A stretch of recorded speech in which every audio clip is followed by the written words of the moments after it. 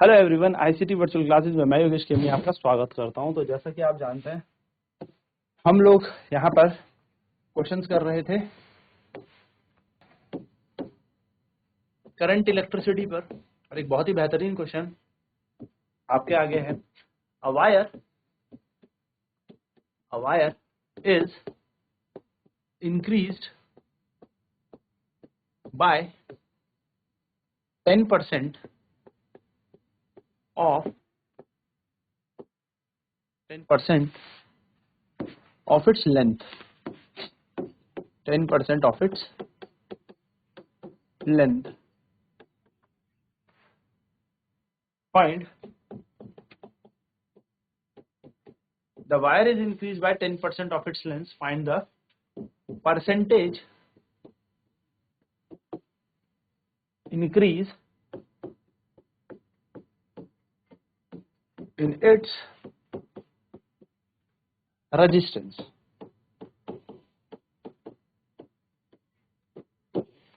क्या कह रहा है क्वेश्चन? क्वेश्चन कह रहा है एक तार को उसकी लंबाई के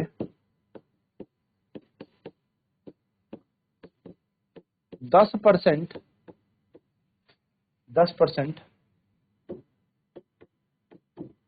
बढ़ाया जाता है।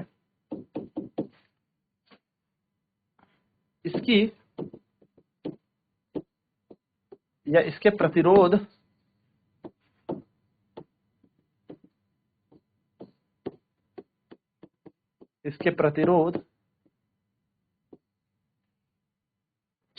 में प्रतिशत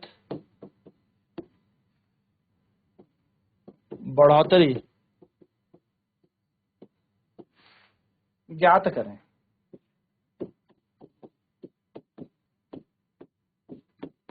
चलिए, सिंपल सा ही क्वेश्चन है। देखिए, बेसिक से एकदम बेसिक से सीखेंगे। तार की लंबाई थी माना L, ठीक है, और वो कह रहा है कि 10% इसकी लंबाई बढ़ा दी। क्या कर दी? 10% बढ़ा दी। तो अगर जैसे 100 रुपए किसी के पास है और अगर हम 10% बढ़ा दें तो 100 का हम पहले क्या निकालते हैं भाई? बढ़ा दिया, यानी कि 100 पर कुछ ऐड किया। अब कितना ऐड किया? क्योंकि बढ़ा दिया ना, तो 100 पर कुछ जोड़ा, तो कितना जोड़ा? 10% जोड़ा, यानी कि 100 का 10% होता है 10। तो हमने 100 रुपए में अगर 10 रुपए जोड़ेंगे तो 110 रुपए नए रुपए बन जाएंगे। यानी कि 100 पर 10% बढ़ने के बाद वो हो जाता है 110। तो उसी प्रकार से अगर इसकी लंबाई L है तो उसका 10% बढ़ के हमें देखना है कि नई लंबाई कितनी हो गई। यानी कि हम अगर बात करें तो हम लिखेंगे let original length of the wire be L। माना तार का वास्तविक प्रतिरोध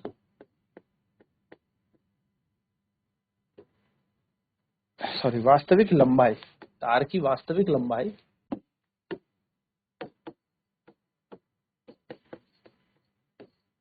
L है। अब L इसकी वास्तविक लंबाई है ना। let A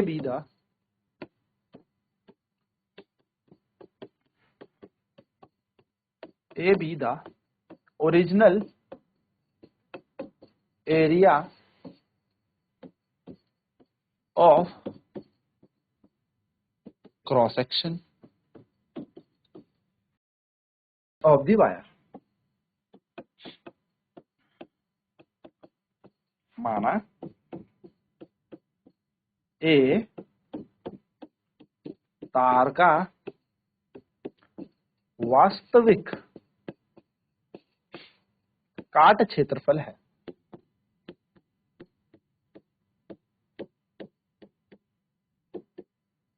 तो वास्तविक काट क्षेत्रफल कितना है? A। चलिए, let L' be the new length of wire, माना एल डैश तार की वास्तविक नहीं, नई लंबाई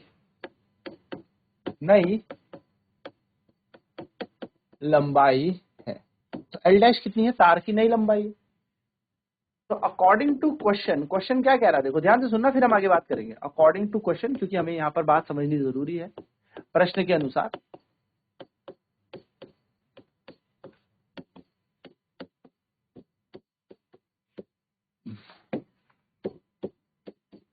प्रश्न के अनुसार अगर हम देखें तो जो न्यू लेंथ है, यानी कि जो नई लंबाई है, न्यू लेंथ है यानी कि जो एल डैश है, वो एल प्लस 10% ऑफ एल के बराबर है। यानी कि क्योंकि बढ़ गई ना, 10 गुना बढ़ गई, यानी 10% बढ़ गई।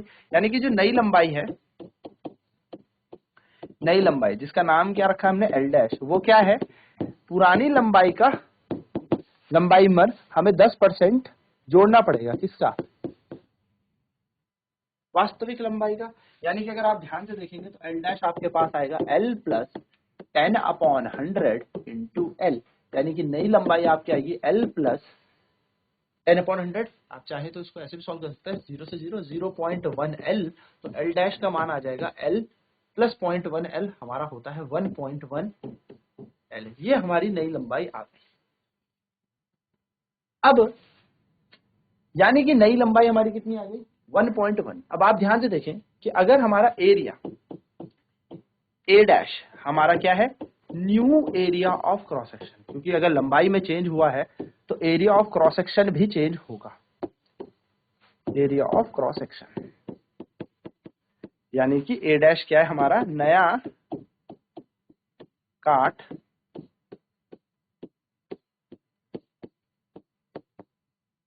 क्षेत्रफल है।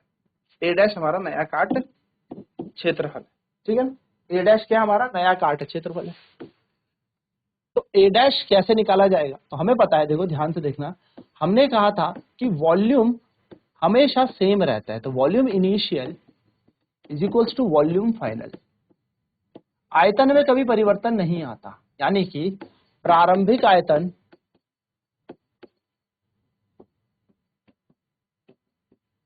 हमेशा अंतिम आयतन के बराबर होगा। आयतन में कोई परिवर्तन नहीं आता, ठीक है? आयतन हमेशा सेम रहता है। तार को खींचोगे या कुछ भी करोगे तो आयतन हमेशा समान रहेगा। तो प्रारंभिक आयतन की अगर हम बात करें तो V initial is equals to V final, ऐसा कुछ था। वॉल्यूम क्या होता है? Area into length. फाइनल क्या होगा? एरिया इंटू लेंथ, यही होगा, हमेशा समान रहेगा। जरा हम यहां से देखें तो एल डैश अपॉन एल का मान कितना आ गया? तो ये एल नीचे चला जाएगा, 1.1 के बराबर आ गया, है ना? यहां से अगर हम देखें तो एल डैश के नीचे अगर एल भेज देंगे तो 1.1 के समान आ जाएगा।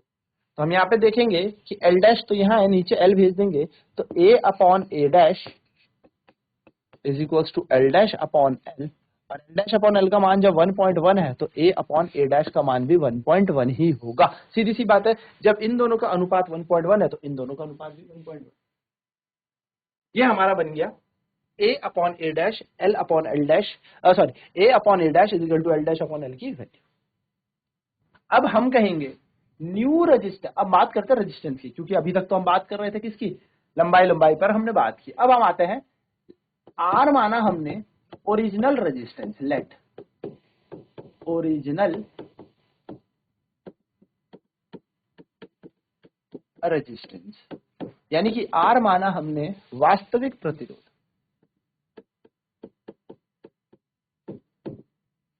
वास्तविक प्रतिरोध, और आर डैश मान लिया हमने न्यू रेजिस्टेंस, यानी कि नया प्रतिरोध।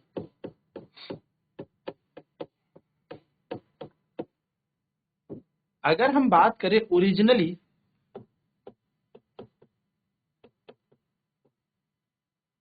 यानी कि वास्तविक रूप में अगर हम बात करें वास्तविकता में या वास्तविक, तो हमें पता है रजिस्टिविटी प्रतिरोधकता होती आर ए अपॉन में एल।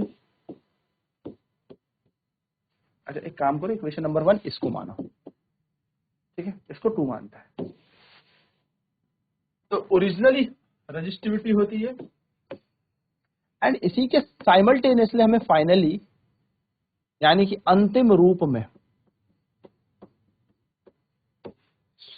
रजिस्टिविटी देखनी हो तो देखो, तार अगर खींच भी दोगे तो तार का जो पदार्थ है यानी कि तार का जो मटेरियल है वो तो सेम रहेगा, वो तो चेंज होगा नहीं, material of the wire will be same. तो अगर हम रजिस्टिविटी की यहाँ पर बात करेंगे तो नई रजिस्टिविटी कितनी आ जाएगी, R dash A dash upon L dash. अच्छा आप इसको ना न्यू भी लिख सकते हो, नया भी लिख सकते हो, नया नए तौर पे, मतलब अब हुआ क्या।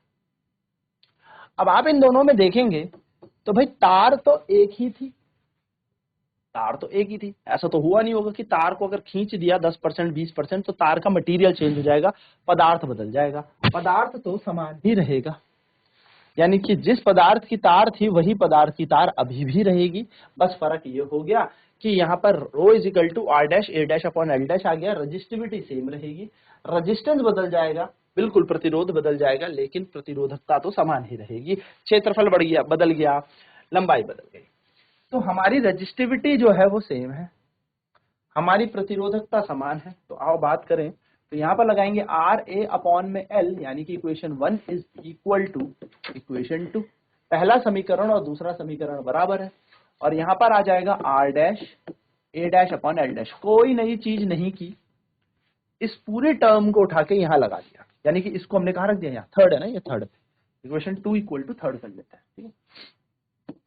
ठीक है सर, अब कुछ नहीं करना, देखो आर ए अपॉन में एल, यहाँ आर डैश है, अभी मैं देखू ध्यान से, ए डैश है, यहाँ पर एल डैश है, ध्यान से देखना, ठीक है। वही चीज दोबारा क्यों लिख रहा हूं, इसके पीछे का कारण बता, मैंने आर यहाँ लिखा, ए अपॉन एल यहाँ लिखा, इक्वल टू की जगह इक्वल टू, आर डैश की जगह R dash, A dash upon L dash.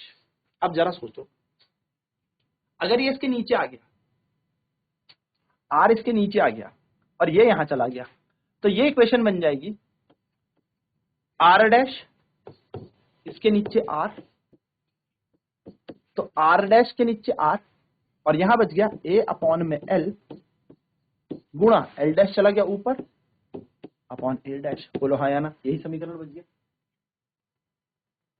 R dash upon are, ठीक है, आर डैश के नीचे हमने आर भेज दिया, ये एल डैश चला गया ऊपर, ए डैश आ गया नीचे, यानी कि क्रॉस मल्टीप्लाई कर दिया। तो आप देखोगे नया प्रतिरोध बटे वास्तविक प्रतिरोध, ये बन गया हमारा ए अपॉन ए डैश, में ए वाले को साथ लिख देता हूं, ए और ए वाले को क्योंकि मल्टीप्लाई है, गुणा एल डैश अपॉन में एल। पूरा ऐसे आपको एग्जाम में करके आना है, एक एक चीज, फ्रॉम इक्वेशन फर्स्ट, यानी कि पहले समीकरण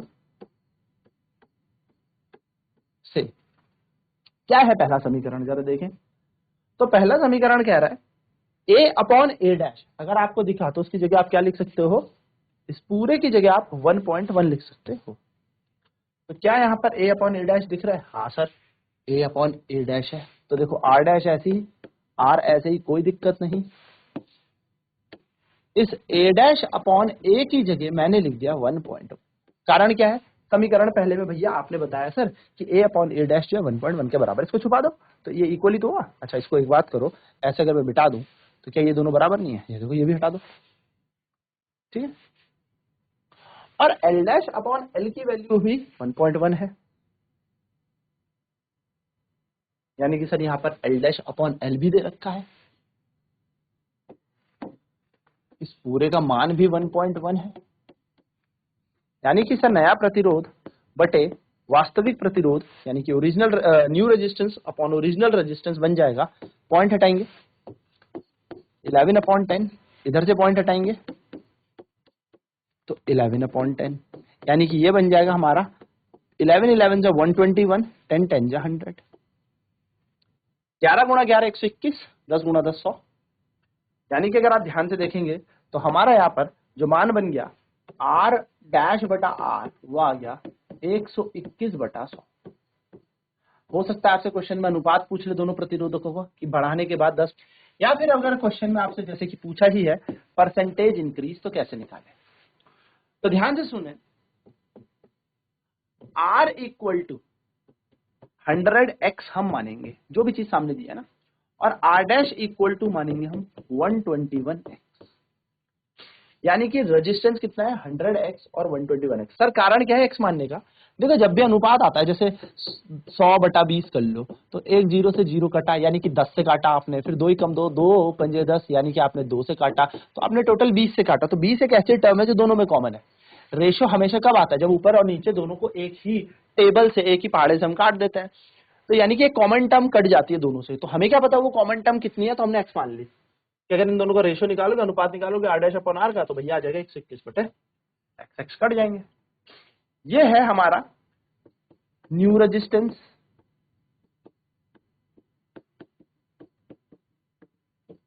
यानी कि नया प्रतिरोध,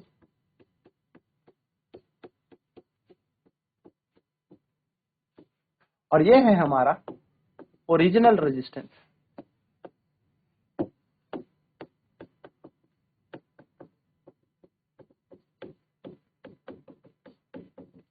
ओरिजिनल रेजिस्टेंस यानी कि वास्तविक प्रतिरोध।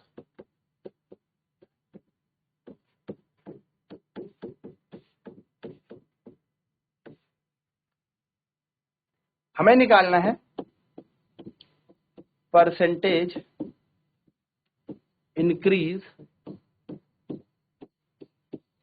In resistance. हमें निकालना है परसेंटेज इंक्रीज इन रेजिस्टेंस, जिसका फॉर्मूला होता है new resistance minus original resistance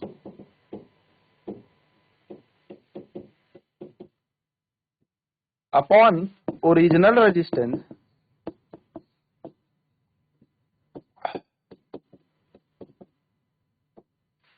into 100। हमें क्या निकालना है? हमें निकालना है प्रतिरोध की प्रतिशत बढ़ोतरी। तो प्रतिरोध की प्रतिशत बढ़ोतरी निकालने का सूत्र होता है नया प्रतिरोध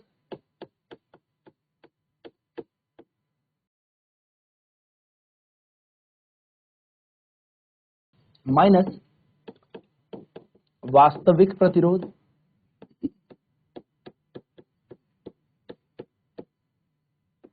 बटे वास्तविक प्रतिरोध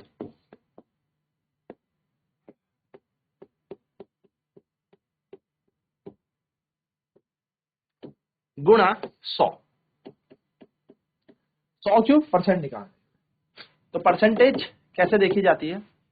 नया प्रतिरोध आर डैश, पुराना प्रतिरोध वास्तविक प्रतिरोध आर, वास्तविक प्रतिरोध बट्टे में यानी कि new resistance minus original resistance upon original resistance into 100, यानी कि नया प्रतिरोध माइनस वास्तविक प्रतिरोध बट्टा वास्तविक प्रतिरोध। तो सर कितना आया था ये? 121x minus 100x whole divided by 100x into 100।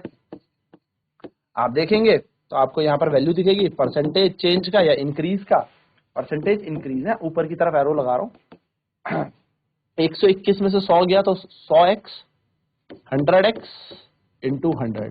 तो x ने x को काटा, 100 ने 100 को काटा, और परसेंटेज इंक्रीज आ गई आपके पास 21%। यानी कि 10% अगर आप तार को खींचकर बढ़ा देंगे, 10% लंबाई बढ़ा देंगे, तो प्रतिरोध में 21% बढ़ोतरी आ जाएगी। तो ये बहुत बेहतरीन और बहुत इंपॉर्टेंट क्वेश्चन है। सिंपल क्वेश्चन है, याद रखने वाली बात है, पर कैसे करना है ये भी इंपॉर्टेंट फैक्टर है। सो इस क्वेश्चन में देखो क्वेश्चन कितना सा था, पर आपको तरीका एक एक आना चाहिए। एक तार है जिसको बढ़ाकर 10% खींच दिया गया, आपको percentage increase in its resistance निकालनी है, यानी एक तार को उसकी लंबाई के 10% बढ़ाया जाता है, इसके प्रतिरोध में प्रतिशत बढ़ोतरी ज्ञात करे। तो भैया अगर मान लिया ओरिजिनल लेंथ L है, तो A B the original area of cross section of the wire. A हमने क्या मान लिया? वास्तविक काट क्षेत्रफल मान लिया। तो हमने कहा एल डैश नई लंबाई है, तो क्वेश्चन के अनुसार जो नई लंबाई है वो पुरानी लंबाई के 10% बढ़ गई। तो 10% अगर बढ़ गई तो पहली एल थी तो उसका ही 10% बढ़ा दोगे तो उसमें जोड़ना पड़ेगा। तो पहले एल थी, अब उसमें 10% ऑफ एल और जोड़ना पड़ा, यानी कि अब बन गई 1.1 एल। चलिए नोट करेंगे फटाफट। फिर आपने क्या किया, एल डैश माना नई लंबाई तार की, तो एल डैश तार की नई लंबाई अकॉर्डिंग टू द क्वेश्चन, प्रश्न के अनुसार जो नई लंबाई होगी वो पुरानी लंबाई प्लस 10% जोड़ोगे पुरानी लंबाई की, तो नई लंबाई आ जाएगी L plus 10% of L. Now आपने क्या किया, एल डैश यानी कि नई लंबाई जो देखी तो वो निकाली, पुरानी लंबाई में आपने क्या जोड़ दिया, पुरानी लंबाई का 10%, तो एल तो था ही, उसमें 10% और जोड़ोगे एल का, तो 10% ऑफ एल यानी कि 10/100 गुणा एल, तो 0.1। तो जब 1 यहाँ पर है तो 1 प्लस 0.1 कितना बन जाएगा, 1.1। ये एल में जब 0.1 एल जोड़ोगे तो 1.1 एल यानी कि 1.1 एल बन जाएगा। इस एल डैश को यहीं छोड़ा, इस एल को नीचे भेज दिया, तो एल डैश अपॉन एल बन गया 1.1। मान लिया ए डैश नया एरिया है, नया न्यू क्रॉस सेक्शनल एरिया है, नया काट क्षेत्रफल है। तो हम जानते हैं जब तार को खींचोगे तो तार की लंबाई बढ़ेगी लेकिन आयतन यानी कि एरिया यानी कि कह सकते हो काट क्षेत्रफल कम होगा, पतली हो जाएगी तार। तो काट क्षेत्रफल कम होगा, लंबाई बढ़ गई, यानी कि फिर भी आयतन हमेशा समान रहता है, वॉल्यूम सेम रहता है। तो इनिशियल वॉल्यूम फाइनल वॉल्यूम बराबर होगा। इनिशियल वॉल्यूम हो जाएगा एरिया इनटू लेंथ, यानी कि प्रारंभिक आयतन क्षेत्रफल गुणा लंबाई। अंतिम हो जाएगा काट क्षेत्रफल इनटू काट लंबाई, सॉरी काट क्षेत्रफल गुणा लंबाई। तो A upon A L is equal to A dash L dash, हमने ए को यहीं छोड़ा, ए डैश को नीचे भेज दिया, एल को एल डैश अपॉन एल कर दिया, और एल डैश अपॉन एल की वैल्यू कितनी थी 1.1। इसे पहला समीकरण मान के रोक दिया। अब हम जानते हैं आर हमारा ओरिजिनल रेजिस्टेंस है, वास्तविक प्रतिरोध है, आर डैश हमारा न्यू रेजिस्टेंस नया प्रतिरोध है। तो ओरिजिनली अगर रजिस्टिविटी प्रतिरोधकता निकाली जाए तो R A upon L, finally यानी कि अंतिम रूप में अगर हम रजिस्टिविटी देखेंगे तो R dash A dash upon L dash बन जाएगा। तो अगर हम इन दोनों को इक्वेट कर देंगे, सेकंड और थर्ड इक्वेशन को, बन जाएगा आर ए अपॉन एल बराबर R dash A dash upon L dash. R dash के नीचे मैंने आर भेज दिया और इसको क्रॉस मल्टीप्लाई करके यहां भेज दिया, तो L dash A L dash L A dash आ गए। ए और ए को साथ लिख के ए अपॉन ए डैश कर दिया, एल डैश अपॉन एल कर दिया। इक्वेशन फर्स्ट से देखा तो ए अपॉन ए डैश की वैल्यू है 1.1 और एल डैश अपॉन एल की वैल्यू भी 1.1 है, पहले समीकरण से हमने देख लिया। बस पॉइंट हटाया, नीचे 10-10 लगा दिए, यानी कि 11 गुणा 11/100 बन जाएगा, ये 121/100।